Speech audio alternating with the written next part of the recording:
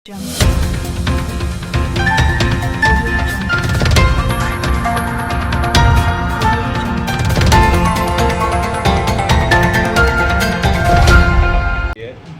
किसानों को अगले 2-3 दिन में यदि पानी 4 में से 2 समूह का रेगुलेशन का अमेंडमेंट नहीं किया जाता है, बिजली की स्थिति यदि नहीं सुधारते हैं, तो निश्चित रूप से पूरी कांग्रेस पार्टी जो है किसानों की इस विपरीत समय में कठिन परिस्थितियाँ, किसान को पानी नहर का नहीं मिल रहा, किसान को बिजली नहीं मिल रही, बारिश नहीं हुई, तो किसान की फसलें जल रही है और किसानों के साथ कांग्रेस पार्टी खड़ी रहेगी और एक लंबा संघर्ष भी यदि हमें करना पड़ा तो हम करेंगे।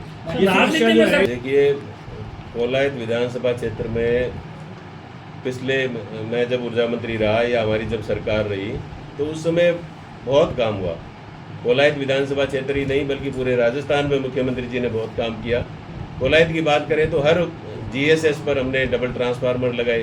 बज्जू का 132 केवी का जीएसएस जो सिर्फ 25 मेगावाट का था उसको 100 मेगावाट का करवाया।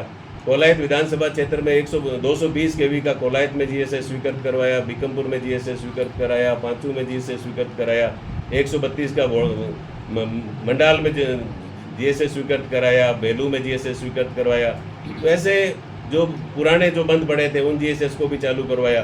तो कोलायत में बिजली के क्षेत्र में कोलायत ही नहीं बल्कि बीकानेर जिले में व्यापक काम शुरू हुआ। कुछ काम हो गया, कुछ काम जिसको शुरू किया उस काम को आज तक ये लेकर के बैठे हैं, उनको ये आगे नहीं बढ़ा रहे हैं।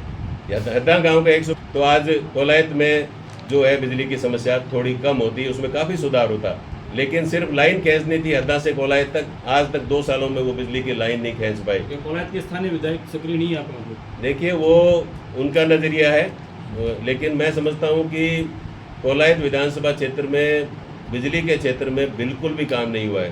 कुछ घोषणाएँ हुई है नए जीएसएस खोलने की, उनके धरातल पर भी काम शुरू नहीं हुआ है। हमने जो काम शुरू किए, चाहे बिजली का मामला हो चाहे दूसरे क्षेत्र में हो, वो सारे काम भी एक तरह से ठंडे बस्ते में डाल दिए हैं। और न सिर्फ कोलायत विधानसभा क्षेत्र बल्कि पूरे राजस्थान में हालात यही है कि पिछली अशोक गहलोत जी के सरकार के समय में जो की गई घोषणाएं थी, जो काम थे, जो वर्क ऑर्डर हुए थे, चाहे सड़कें हैं, चाहे कॉलेज है, चाहे स्कूल है, चाहे बिजली के क्षेत्र में, हर क्षेत्र में वो सारे एक तरह से काम पिछले 2 सालों से बंद पड़े हैं।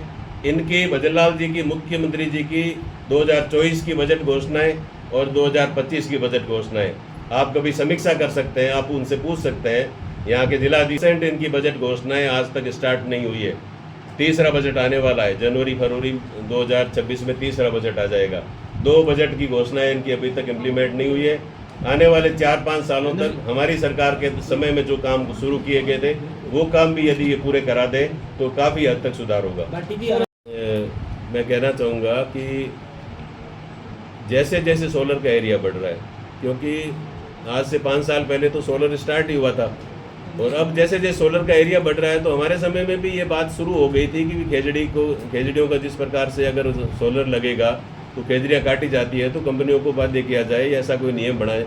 लेकिन लेकिन जिस प्रकार से प्रसार हो रहा है, मतलब अब सोलर का एरिया इतना तेज़ गति से बढ़ रहा है कि मतलब हिंदुस्तान का सारा सेंटर ही ये बीकानेर डिवीज़न बनने जा रहा है। जैसलमेर, जोधपुर, 3-4 जो ज़िले हैं, इन 3-4 ज़िलों में सोलर का काम अधिकतम होने वाला है, क्योंकि केंद्र सरकार ने इतनी ज़्यादा स्वीकृतियाँ दी है सोलर के लिए। पूरे भारत में बिजली आने वाले समय में सोलर के माध्यम से यहीं से जानी है। बीकानेर का डेवलपमेंट होगा, मतलब सरकार ऑपरेशन हुआ उसके बाद में कई बार कहा, यहाँ पलाना भी आए थे तब भी उन्होंने कहा था कि पानी और खून दोनों साथ नहीं चल सकते। और अब आप देखिए, पोंग डैम की क्षमता है 1400 फीट तक, मगर 1376 पर उसको रोक रखा है। बाकी पानी पूरा का पूरा पाकिस्तान जा रहा है, तो पाकिस्तान के वो कहीं नहीं तो काम आ रहा है। ये कैसे कह रहे हैं? इसी बात को लेकर करना है कि ये समझ में नहीं आ रहा कि जब उसकी क्षमता, बहुत सारे आपको पता है पिछले कई दिनों से न्यूज़पेपर्स में चल रहा है, आपने भी देखा होगा, आप सबने